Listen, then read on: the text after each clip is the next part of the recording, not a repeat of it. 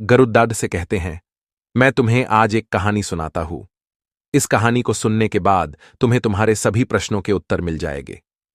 फिर गरुड़दाड कहते हैं, जी बिल्कुल, आप मुझे कहानी सुनाइए।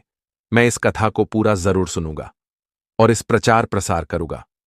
फिर श्री कृष्ण जी कथा शुरू करते हुए कहते हैं, एक समय की बात है। राजपुर नामक उस नगर में, जहां हर गली में इतिहास की महक बसी थी, सूर्यदत्त नाम का एक व्यापारी रहता था। उसकी असीम दौलत ने उसे इतना घमंडी बना दिया था कि उसने मनुष्यता के उस सुनहरे पहलू को भुला दिया था जो जीवन का असली सार होता है। उसे ऐसा लगने लगा था कि पैसा ही सब कुछ है, शक्ति, सम्मान और अधिकार का प्रतीक।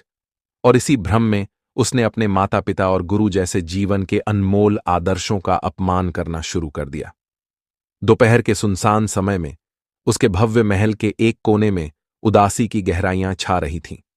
एक ऐसा दिन था जब सूर्यदत्त के वृद्ध पिता, जिनके बाल सफेद हो चुके थे और आंखों में अनुभवों की चमक मध्यम सी रह गई थी, अपने बेटे के पास आए।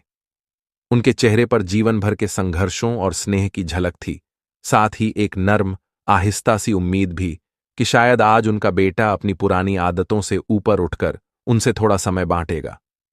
पिता धीमी, दर्द भरी आवाज में बोले, बेटा, थोड़ा समय हमारे साथ भी बिताया करो, हमें तुम्हारी जरूरत है। उनके शब्दों में एक गहरी पीड़ा और टूटते सपनों की मध्यम चीख छुपी थी। ऐसा लग रहा था जैसे हर अक्षर में उनका सारा जीवन समाया हो, जो अब धीरे धीरे समाप्त हो रहा था। लेकिन सूर्यदत्त का दिल ठंडे अहंकार से भर चुका था। सूर्यदत्त अहंकार भरी तीखी हंसी के साथ बोला, बुढ़ापे में सबको अकेला रहना ही पड़ता है पिताजी। मेरे पास तुम्हारे लिए समय नहीं है, और वैसे भी पुराने जमाने की बातें अब कोई नहीं सुनता। उसके शब्दों की कठोरता ऐसे फैल गई जैसे सर्द हवाओं में चुभते कांटे, जो वृद्ध पिता के दिल की नाजुक परतों को चीर गए। उस पल में सूर्यदत्त ने अपनी मानवीय संवेदनाओं को पूरी तरह त्याग दिया था, जैसे कोई अनमोल रत्न हो जिसे उसने फेंक दिया हो।